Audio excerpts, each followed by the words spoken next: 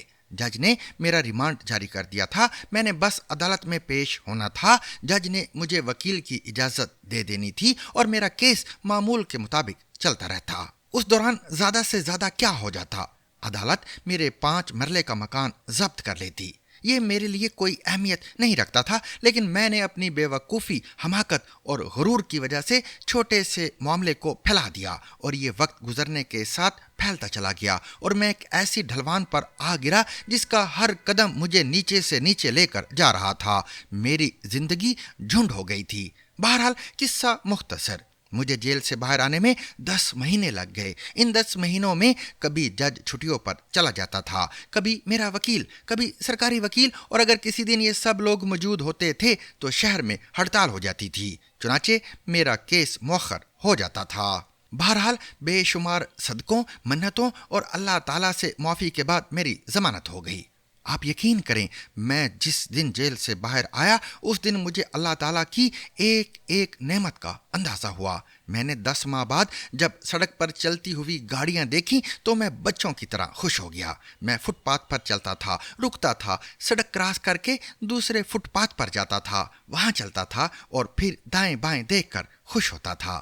مجھے کوئی شخص روک نہیں رہا تھا۔ میں نے گھر پہنچ کر جی بھر کر ٹی وی دیکھا۔ میں ریموٹ کنٹرول سے چینل بدلتا تھا اور خوشی سے کہکہا لگاتا تھا۔ میں دن میں 3 بار نہاتا تھا اور مجھے شاور کے نیچے کھڑے ہو کر گرتا ہوا پانی محسوس کر کے بے انتہا خوشی ہوتی تھی۔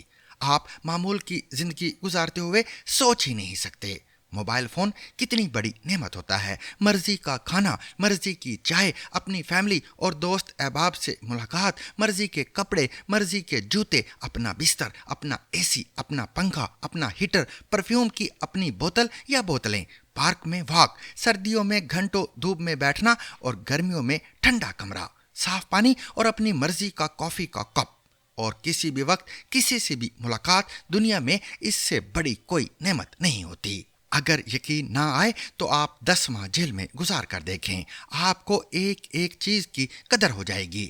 آپ یقین کریں، جیل کے ان 10 مہینوں کے بعد زندگی سے میرے سارے شکوے ختم ہو گئے۔ میں اب کھانے پر اعتراض کرتا ہوں اور نہ اجنبیوں سے ملاقات سے۔ جیل جا کر معلوم ہوا اللہ تعالیٰ نے ہمیں کس کس نعمت سے نواز رکھا ہے۔ مجھے وہاں جا کر پتہ چلا اپنی مرضی سے فٹ پاتھ پر چلنا بھی اللہ کا کتنا بڑا انعام ہوتا ہے۔ وہ خاموش ہو گیا۔ ہمارے ساتھ دوسرا درویش بھی بیٹھا تھا۔ وہ یہ کہانی سن کر سیدھا ہوا اور بولا، لو پھر میں تمہیں اس سے بھی زیادہ بڑی کہانی سناتا ہوں۔